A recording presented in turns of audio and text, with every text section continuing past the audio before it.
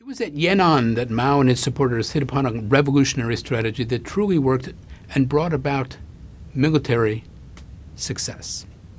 Part of this success, and indeed part of the strategy, was directly related to new and very, for the Communist Party, fortuitous historical conditions. The Japanese invaded and decimated the nationalists. A new and uneasy period of cooperation then developed between the nationalists and the communists, a period known as the Second United Front.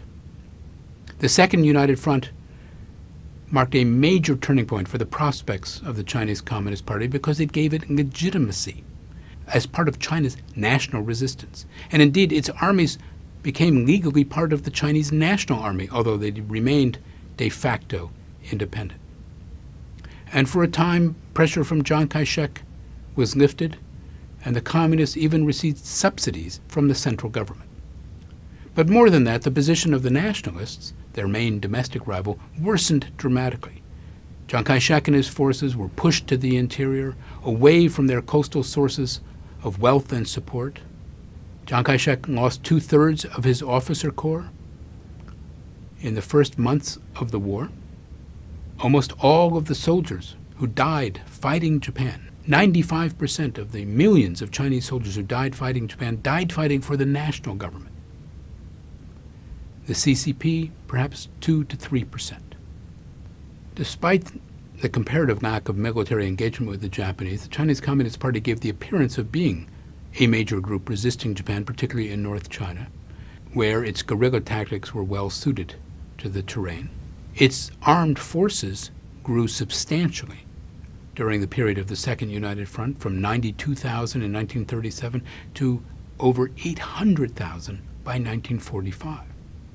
Social revolution was not emphasized initially as intensely as it had been in the Jiangxi period, because the party focused instead on developing a large and functioning government and a party apparatus, a bureaucracy with all kinds of new members, including many non-communists, for example, intellectuals from cities occupied by Japan, and including an actress, a famous actress, Jiang Qing, who would in time marry the chairman.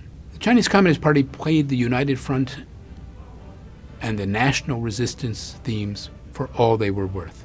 And if the farmers of northern China sought ways to escape or combat Japanese atrocities, for many the Chinese Communist Party was their only viable alternative.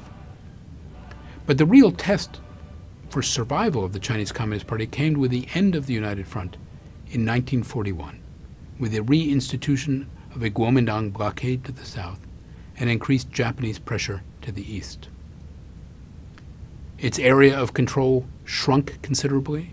It was forced back into the Yan'an base area. The population in the territory under its control shrunk by 1/2.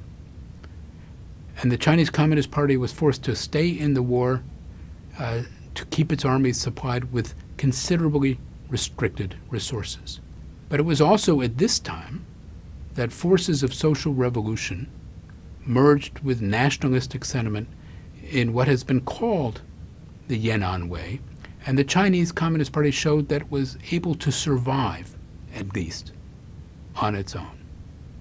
And here again the values, not just slogans, of self-reliance, ingenuity, self-determination to overcome all odds, those values learned on the Long March had to be implemented as policy. In an effort to increase agricultural production, for example, they implemented forms of social revolution by compelling cooperative work in villages to meet military needs and provide the peasantry with essential non-agricultural products. Since they were being blockaded from other provinces, they had to start new local industries from scratch. These policies and values were imperative less for success than simply for survival in the harsh and poor environment that was the base area in Yan'an. And all of this was done through inculcation of a Maoist value system of struggle, self-sacrifice, hard work, self-discipline. These social policies were seen to remain, at least to Mao Zedong, as a viable means for bringing about a truly communist society after 1949. Other Party leaders would come to challenge the applicability of this Yan'an way for ruling and modernizing an entire country. And they would, in retrospect, be proven right. But that would come later on.